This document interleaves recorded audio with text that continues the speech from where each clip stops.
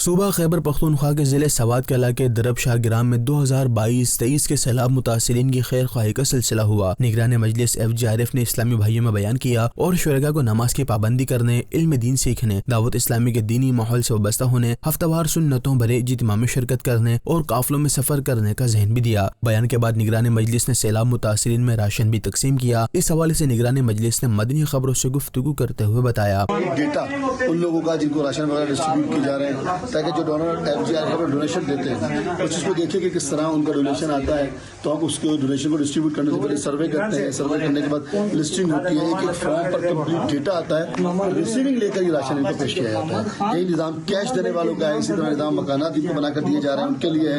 یہ سارا نظام، یہ سارا سسٹم الحمدللہ FGRF کا بڑا مینیج ہے اور بڑا ٹرانسپیرنسی کے ساتھ الحمدللہ یہ ڈسٹریبیوشن کی جاتی ہے۔